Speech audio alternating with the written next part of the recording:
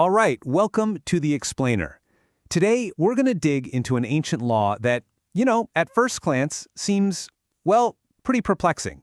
But what if I told you it holds some really profound lessons about community, justice, and faith that are just as relevant today as they were thousands of years ago? So let's just dive right in. We're looking at Deuteronomy chapter 23, and it asks this really fundamental question. Who belongs in God's community? And what does it even mean to be holy? How people have tried to answer that question has literally shaped ethical debates for centuries. Okay, so this chapter lays out these super specific rules about who can and cannot enter the assembly of the Lord, the formal community of worshipers.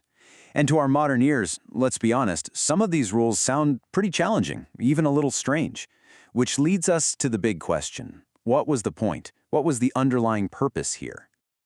Well, to really get a handle on the logic at play, we're going to explore this law through three different lenses. We'll look at it from the perspective of three major Christian traditions: the Calvinists, the Catholics, and the Eastern Orthodox. And as you'll see, each one offers a totally unique take on the law's true purpose. So first up, let's talk about the Calvinist tradition. For them, the law is not a checklist for earning salvation. No way. Salvation, they say, is a gift of grace, period.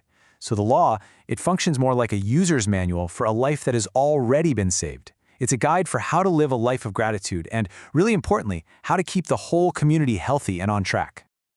Okay, now let's switch gears and look at the Catholic tradition. They tend to view these rules through the lens of what they call natural law. The big idea here is that these laws aren't just random or arbitrary. They actually reflect a universal moral order, almost like a moral grammar that's built into the universe itself, one that upholds the dignity of every single person. And then we have the Eastern Orthodox tradition, which offers this really beautiful and dynamic perspective. They see the law as a kind of spiritual ladder, or maybe think of it like a spiritual workout plan. Each rule is like a step on that ladder, or an exercise in that plan, and it's all designed to help people on their journey toward what they call theosis, which is this amazing, lifelong process of becoming more and more like God.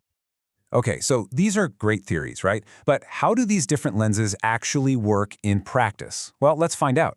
We're going to apply them to some of the most high-stakes, real-world rules in the chapter, starting with how you treat the most vulnerable people in society. So check this out. There's this incredibly radical law in the chapter that says you must not return an escaped slave to their master. Just think about that for a second. From the Calvinist perspective, this is a perfect example of that user's manual in action. It's a core duty of the community. But the Catholic view goes even farther, arguing that this isn't just a community rule, it's about a universal human right to freedom, grounded in natural law, that is way more important than any claim to property. And then the Eastern Orthodox lens comes in and adds this other beautiful layer. They see this whole act as a powerful metaphor for salvation.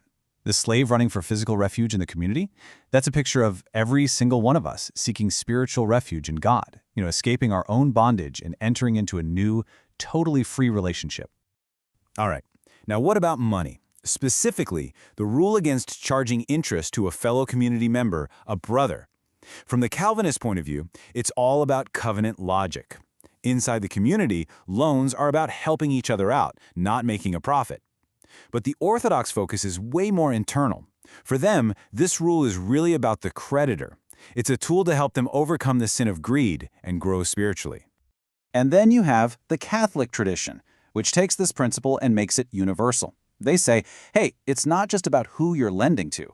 Any kind of predatory lending, any loan that exploits someone who's vulnerable, is a fundamental violation of justice and human dignity. Full stop. Okay, this is where we get to a really crucial turning point in the story of this law. Because when we get to the New Testament, it doesn't just, throw these old rules out the window. It does something way more interesting. It fulfills them, and in doing so, it completely transforms them. You have to hear this incredible story from the book of Acts. There's an Ethiopian eunuch, so he's a foreigner, and he's someone who, under the original rules in Deuteronomy 23, would have been explicitly excluded from the assembly. And he looks at the Apostle Philip and asks, "What's to stop me from being baptized?" Wow. That moment signals a massive shift in understanding. The barrier to belonging is no longer about your physical body or your social status or your family tree. The whole focus moves from the external, from what's on the outside, to the internal, to what's going on in your heart.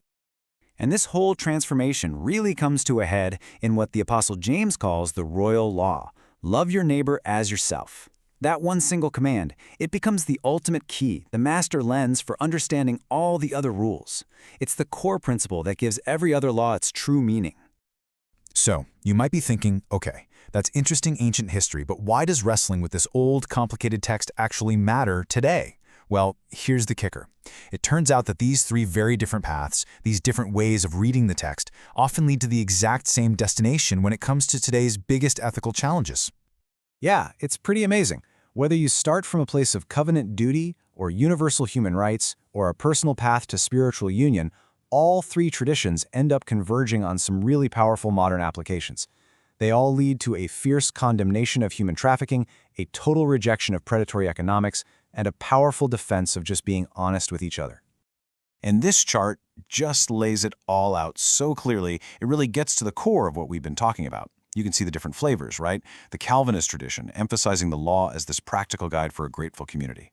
The Catholic tradition, seeing it as a reflection of universal reason and human dignity. And the Eastern Orthodox tradition, viewing it as this deeply personal, transformative path toward union with God. So at the end of the day, an ancient text like Deuteronomy 23 isn't some dusty relic. It's a living document. It forces us into this vital, ongoing conversation about what it really means to build a just, a compassionate, and a holy community. It gives us all these different tools, these different lenses to ask one of the most important questions we can possibly ask. Who belongs, and how are we supposed to treat each other?